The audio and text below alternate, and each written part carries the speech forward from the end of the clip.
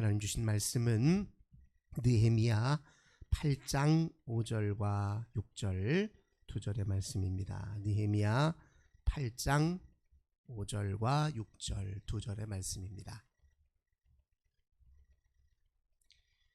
느헤미야 8장 5절과 6절 두 절 말씀을 우리 한 목소리로 함께 봉독합니다. 에스라가 모든 백성 위에 서서 그들 목전에 책을 펴니 책을 펼 때에 모든 백성이 일어서니라. 에스라가 위대하신 하나님 여호와를 송축하매 모든 백성이 손을 들고 아멘 아멘 하고 응답하고 몸을 굽혀 얼굴을 땅에 대고 여호와께 경배하니라. 아멘. 오늘도 우리 주님과 함께 이 복된 날 시작하시는 우리 모든 성도님들, 하나님께서 하늘의 크신 은혜와 평화 가득 부어주시길 주님의 이름으로 간절히 기원합니다. 오늘 본문의 말씀 통해서 말씀 앞에 나를 세우다, 이런 제목으로 함께 은혜 나누도록 하겠습니다. 느헤미야 총독은 바사, 즉 페르시아 왕에 아주 친애하는 신하였는데요. 어느 날 고국의 불행하고 아픈 소식을 듣고서 왕에게 간청하여 고국 땅의 총리로 파견을 받아 오게 됩니다. 그가 고국 땅을 이렇게 둘러보았을 때 무엇보다도 성벽을 세우는 일이 시급하다라고 판단하고 성벽 건축에 힘을 쓰기 시작했는데요. 방해하는 사람들이 있었습니다. 그 주변에 사마리아 총독과 암몬 총독들이 이렇게 볼 때 만약에 유다 지역에 예루살렘이 성벽도 세워지고 또 이런저런 도시가 잘 정비되기 시작하면 그 지역의 헤게모니, 권력을 장악하고 있었던 자기들 입장에선 손해예요. 사마리아나 이 암몬 총독의 입장에서 보면 유다가 잘 되는 게 배가 아픈 일이에요. 그 땅에서 자기가 가지고 있는 실권을 빼앗길지 모르는 위기감을 가져오는 일입니다. 그래서 이들이 그걸 방해하기 시작합니다. 그래서 느헤미야 총독을 회유하기도 하고 협박하기도 하고 몰래 데려다가 죽이려고까지도 하고요. 여러 위기들이 이제 있었습니다. 그때마다 우리 느헤미야가 하나님을 의지하고 주 하나님 앞에 기도하며 청종함으로써 위기를 잘 넘기게 됩니다. 그리고 다른 한편으로는 백성들이 그간에 참 어려움을 겪는 백성들이 많았어요. 영적 타락은 곧 사회윤리적 타락으로 이어지기 쉽기 때문에 사회윤리적 타락 속에서 가난하고 힘겨운 백성들이 더 어려움을 겪었습니다. 이제 가난한 백성들은 땅을 빼앗기는 일도 많았고 또 그 어려운 농사도 제대로 못 지었을 때 그때 먹을 것을 이제 빌어다 썼기 때문에 높은 이자를 감당하기 힘들어서 괴로움을 겪는 그 백성들이 많았습니다. 그래서 그런 백성들을 돕기 위해서 고리로 이자를 받던 사람들을 나무라고 그렇게 하지 못하도록 막기도 하고, 그래서 가난한 이들의 형편을 좀 살피는 일도 빼놓지 않고 총독이 그 일을 감당했습니다. 스스로 자기는 녹봉도 받지 않았어요. 그래서 가난한 백성들을 돌보는 일에 힘썼습니다. 그러니까 성벽을 재건하는 일만 힘쓴 게 아니라 동시에 백성들의 삶도 살폈습니다. 이 모든 이런 지혜로운 통치 과정을 통해서 성벽을 이제 52일 만에 완성하는데, 그가 여러 장애들과 위기 앞에서도 그걸 잘 극복할 수 있었던 세 가지 주요한 비결이 있다면, 첫 번째 무엇이냐? 그는 사람보다 하나님을 더 경외했습니다. 이 사마리아 총독 산발랏, 이런 사람들의 계략과 끊임없는 모략 속에서도요, 그들을 두려워하지 않았습니다. 여호와 하나님을 훨씬 더 두려워하였기 때문에 그들의 그 모든 모략 앞에서 주저하거나 낙담하기보다 우리 하나님을 더욱 의지할 수 있었던 것이죠. 두 번째로 그는 사람의 말보다 하나님의 말씀에 더 우선했습니다. 특별히 주변 사람들의 말도 말이거니와 자기 내면에서 온갖 부정적인 소리가 얼마나 많이 들렸겠어요. 아니, 내가 바사에 있었으면 차라리 그 고위 관료로서 마음 편하게 잘 생활할 수 있었을 텐데 왜 이렇게 먼 고국까지 찾아와서 괜히 그냥 내가 힘든 일 자처한 것 아닌가, 이거 제대로 해내지 못하면 나 왕 앞에 무슨 체면으로 서게 되나, 괜히 내가 나섰다가 백성들만 더 어려워지는 게 되는 게 아닌가, 얼마나 자기 내면에서도 갈등이 있을 수 있단 말이죠. 근데 그런 자기 목소리를 의지하지 않았습니다. 그는 하나님의 말씀을 더욱 의지했어요. 자기 생각이라고 다 옳은 것 아니고 자기 마음속에 들리는 말이라고 진실 아닙니다. 우리는 주님의 말씀을 더 의지해야 돼요. 주의 말씀으로 자기 생각을 물리치고 자기 마음속 부정적이고 파괴적인 생각을 정화시킬 수 있어야 되거든요. 근데 느헤미야가 그렇게 했습니다. 사람의 말보다 자기 말보다 하나님 말씀을 더욱 의지했단 말이죠. 그리고 그는 하나님의 선한 손을 기다릴 줄 알았어요. 그가 성급하게 일에 나서지 않습니다. 늘 하나님이 일하시기를, 하나님이 개입하시고 역사하시기를 기다릴 줄 아는 사람이었어요. 성급하게 자기 판단대로 움직이지 않았습니다. 하나님 앞에 먼저 기도하고 주께서 일하시기를 기다리는 것이 그의 선한 통치의 비결이었습니다. 무엇보다도 그가 주의 말씀 앞에 늘 자기 자신을 세워서 겸손하게 그 앞에 서서 말씀으로 자기를 갱신한 일에 힘썼기 때문에 그런 위기에도 불구하고 성벽을 아주 잘 건실하게 잘 건축해내게 됩니다. 그렇게 건축한 이후에 그걸로 그치지 않습니다. 성벽이라고 하는 것은 외적으로부터의 침입을 방어해주는 방어막일 뿐만 아니라 신앙적 그게 경계라고 말씀드렸잖아요. 이방인과 유다는 분명한 차이와 또 구별점이 있으니 유다는 하나님의 백성으로 살아야 하니 저들과 함께 살되 섞여 살지 말고 저들과 함께 살되 저들의 문화와 가치관과 세계를 잘 경계하여서 주의 말씀편에 서도록 살아야 하는 상징적 의미가 성벽이었다, 이렇게 이야기할 수 있습니다. 이게 상징적인 의미였다면 이제 실질적으로 저들과 구별된 삶을 살아야 되는데, 실질적으로 구별된 삶을 살려면 백성들이 하나님의 말씀을 다시 청종하고 받아들여야 하겠죠. 그래서 그가 성벽을 다 건축한 이후에 수문 앞 광장으로 백성들을 다 불러 모읍니다. 앞서 10년쯤 먼저 온 에스라, 이 사람은 학사 겸 제사장이었는데요, 율법의 전문가였습니다. 이 에스라를 통해서 백성들이 하나님 말씀 앞에 다시 서도록 가르치고 이제 종용하는 일을 시작했어요. 일명 이제 종교개혁을 시작한 것입니다.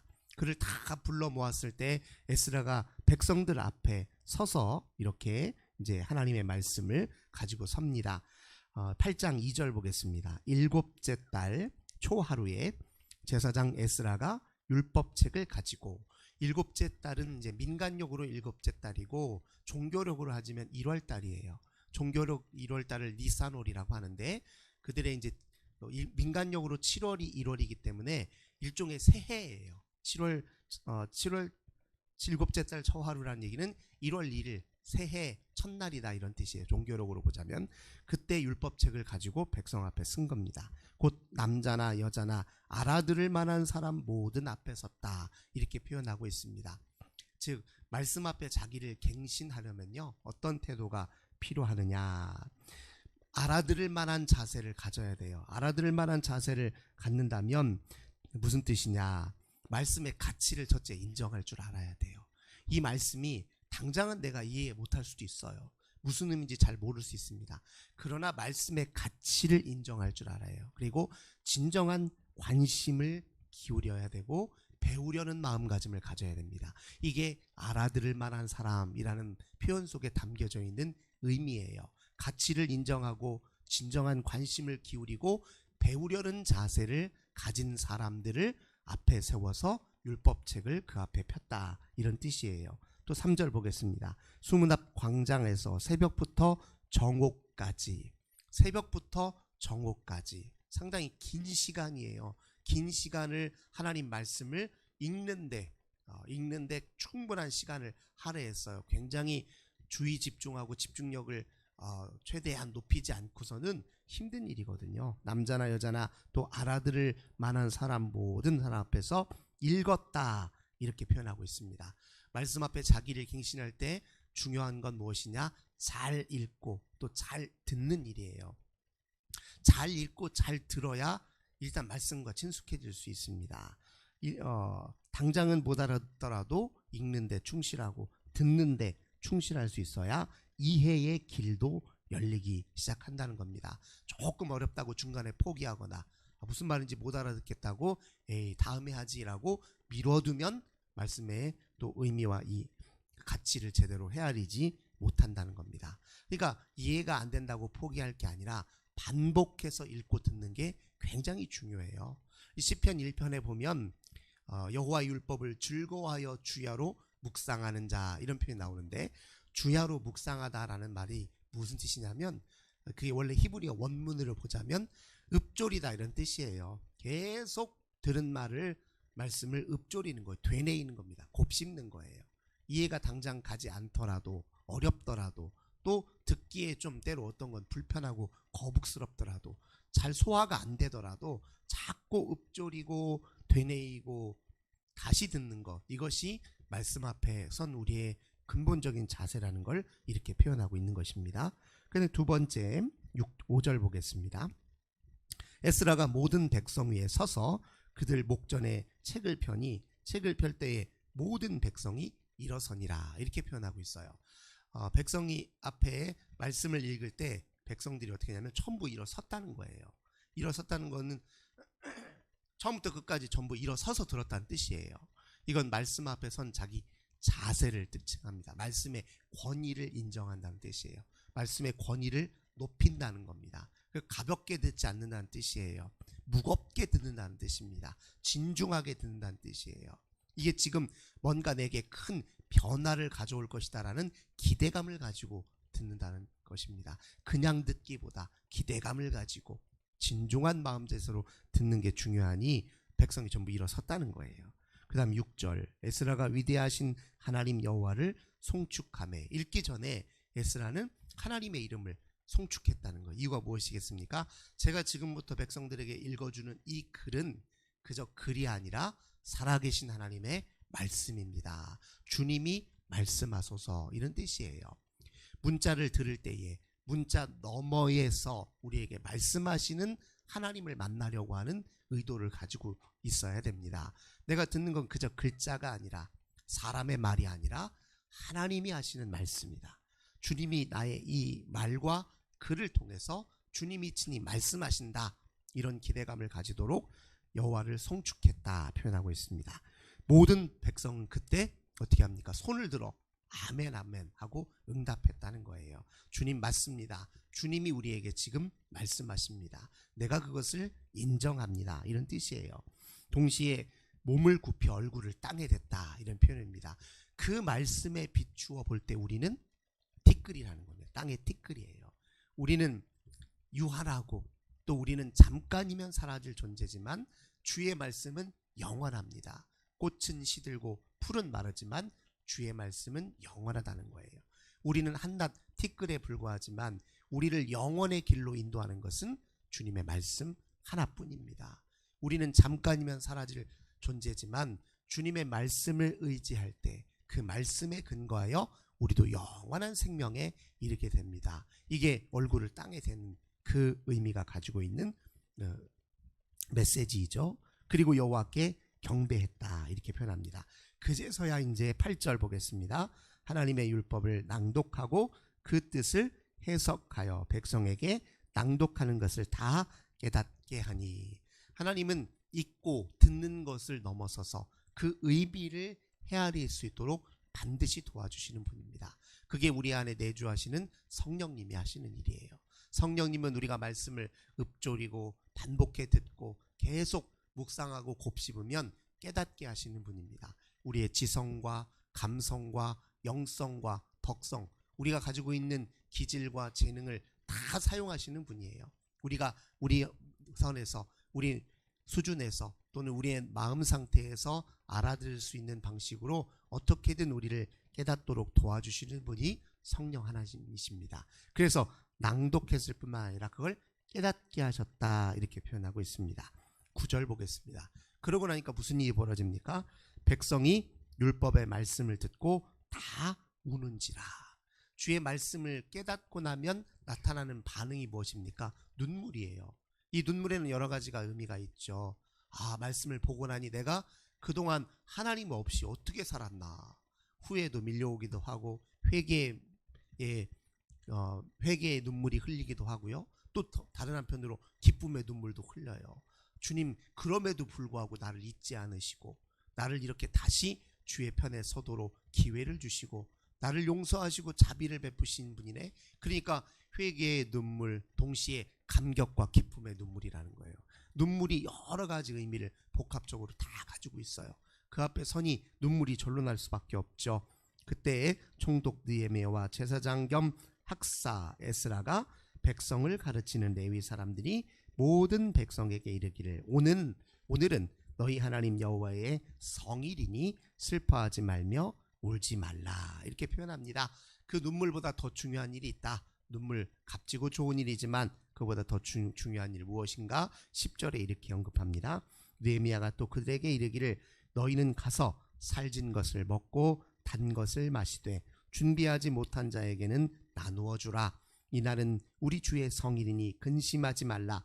여호와로 인하여 기뻐하는 것이 너희의 힘이니라 하고 눈물을 멈추고 기쁨의 춤을 추어라. 그것도 이웃과 함께 나누어 먹으며 네 가진 것을 함께 나누며 기쁨의 춤을 추어라. 우리 주님으로 인하여 힘을 얻고 주님으로 인하여 새 희망을 품고 주님으로 인하여 풍요한 삶을 시작해라. 이렇게 지금 말씀하고 있는 것입니다. 그러니 우리가 말씀 앞에 자기를 갱신하면 나타나는 결과가 무엇이냐? 평안과 기쁨입니다. 기쁨의 눈물을 또 회개의 눈물을 흘린 이후에 하나님과 함께 그 마음의 평안과 기쁨에 사로잡혀서 함께 백성들과 그 기쁨을 나누고 화목을 이루고 또 즐거워하는 일이 벌어집니다. 그리고 12절 모든 백성이 곧 가서 먹고 마시며 나누어주고 크게 즐거워하나니 이는 그들이 그 읽어준 들려준 말을 밝히 알미라. 말씀 앞에 이렇게 서고다니 이런 일들이 벌어졌다. 오늘 그렇게 표현하고 있습니다. 오늘도 우리 인생을 다시 갱신하고 새롭게 하는 비결은 바로 주님의 복되신 말씀 앞에 있습니다. 우리가 말씀 앞에 자기를 늘 세우셔서 그 말씀을 늘 읊조리고 되뇌어 성령께서 깨닫게 해주시는 그 은총 가운데 늘 기뻐하고 승리하는 저 우리 모든 성도님들 되시길 주님의 이름으로 간절히 기원합니다. 좋으신 주님 감사드립니다. 오늘 느헤미야가 학사 에스라와 함께 우리 백성들이 주의 말씀 앞에 다시 서서 자기를 비추어 보고 또 우리 주님의 은혜 앞에 자기를 내어 맡기고 또 복되신 말씀으로 회개의 눈물을 흘리고 기쁨과 평안 가운데 다시 세워지는 모습을 살펴보았습니다. 주님께서 우리도 우리 자신을 심령을 붙잡아 주시되 사람의 말이 아니라 주님의 말씀 앞에 사람을 두려워하기보다 주님을 두려워하는 마음으로 늘 주님의 선한 손을 의지하는 저희들 다 되게 하옵소서. 주 예수님의 이름으로 간절히 기도드립니다. 아멘. 오늘도 우리 환우들을 위해서 가정 자녀들을 위해서 교회와 나라와 민족을 위해 함께 기도하겠습니다. 주님 감사합니다. 주님 앞에 엎드린 우리 모두를 주님 오늘도 보듬어 주소서. 은혜로 덮어 주소서. 자비로